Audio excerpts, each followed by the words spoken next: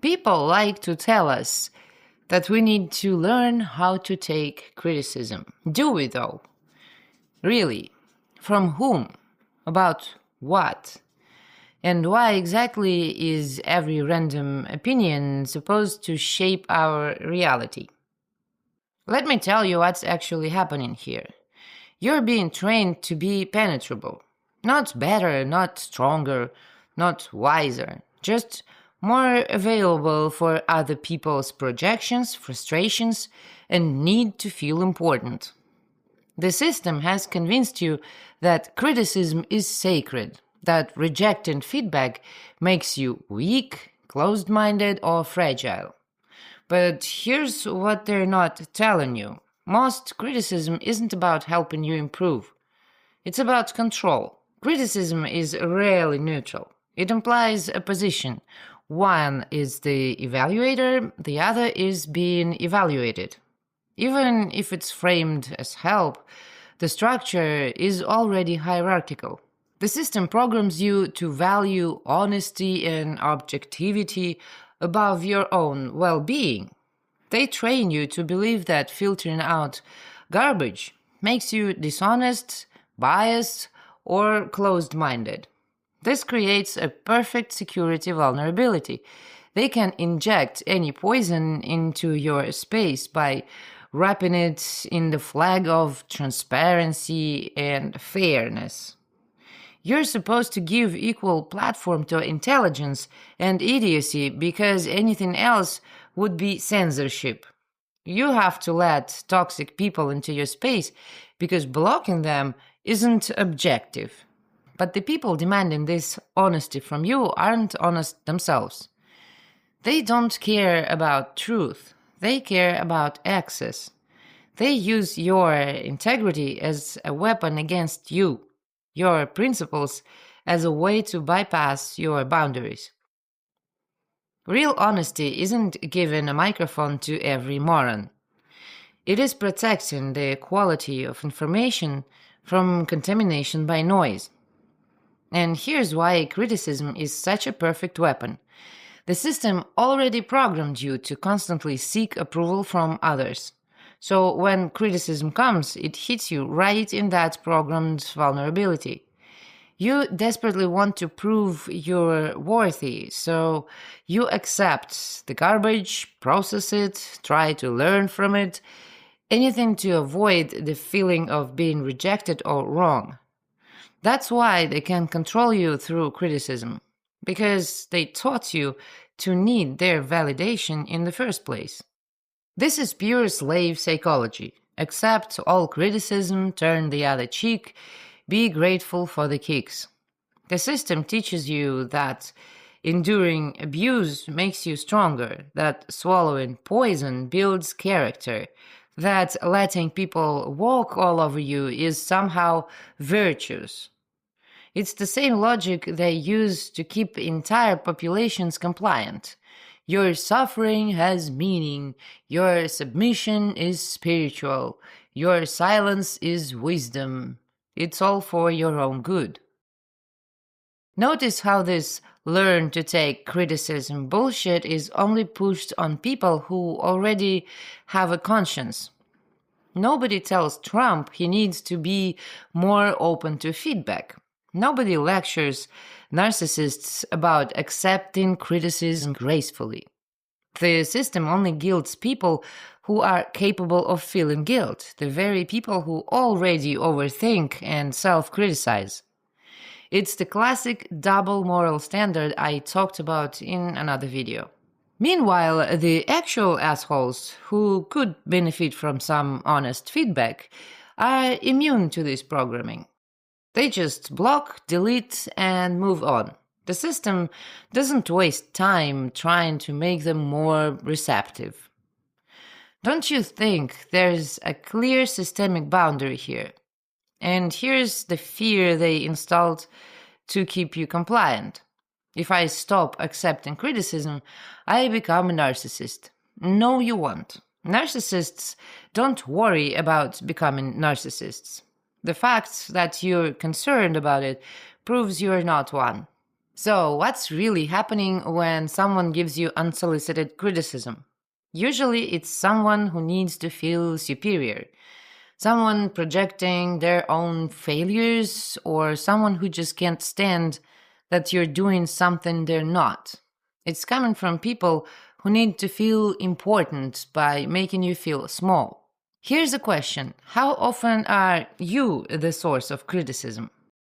When you see someone's bad work in your feed, do you feel compelled to share your opinion, even if the work is genuinely terrible? Let me guess. You either scroll past quietly or find something you can praise. Why? Because you don't need to build yourself by tearing others down, and you care about people's feelings. But why do you think your feelings are somehow inferior to others, and why do you allow others to do what you wouldn't do yourself? Constructive criticism is a mythical beast everyone talks about, but almost nobody delivers. What you actually get is self-aggrandizement disguised as help, unconscious projection of their own problems, inverted envy wrapped in concern, the need to fix you without fixing themselves. Now, good feedback exists when you ask for it, when it's given with respect, without condescension, without hierarchy, with clear reasoning, and without manipulation. It's specific, honest, delivered as equals, respectfully. But that kind of feedback doesn't feel negative, precisely because it contains no poison. How often do you actually receive feedback like that? So the system teaches you that if you are sensitive to criticism and don't accept all this garbage with gratitude, there is something wrong with you. You are not open to growth.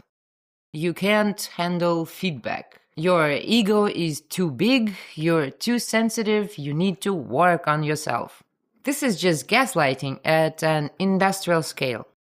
As well as, if you were really evolved, really mature, you wouldn't react to criticism at all. Bullshit. Liberation doesn't turn you into a vegetable. When someone throws parasitic garbage at you, healthy disgust is a reasonable response. The same way you'd react if someone threw dog shit through your window. It's unpleasant, hard to ignore, and you're not supposed to be grateful for it. The idea that enlightened people are constantly smiling positive idiots who thank everyone for every piece of shit on a plate is completely wrong. The way enlightenment is described in spiritual teachings is quite questionable, but we'll talk about that another time. When you can actually see the parasite, you don't become more tolerant. You become more sensitive to systemic filth. I don't actually know who those enlightened people are. I only know about the alive, and they're alive in every sense of the word. Your sensitivity isn't a bug, it's a feature. It's your shit detector. Healthy systems reject poison automatically. Your strong reaction to garbage criticism isn't dysfunction. It's your immune system doing its job. Nobody tells you that getting sick when smelling rotten potatoes means being too sensitive. This is a natural mechanism that protects your health. The culture of criticism isn't about helping you grow. It's about teaching you to be compliant. To flinch, say thank you, and ask for more. To keep your defenses down so anyone can walk into your mental space and rearrange the furniture.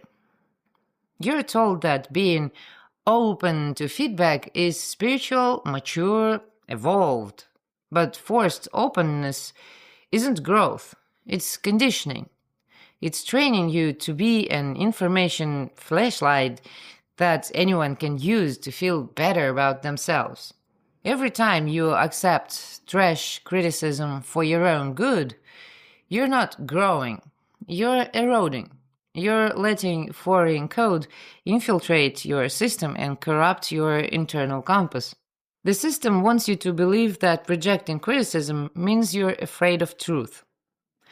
It wants you to internalize criticism, analyze it, find the grain of truth, transform it into wisdom.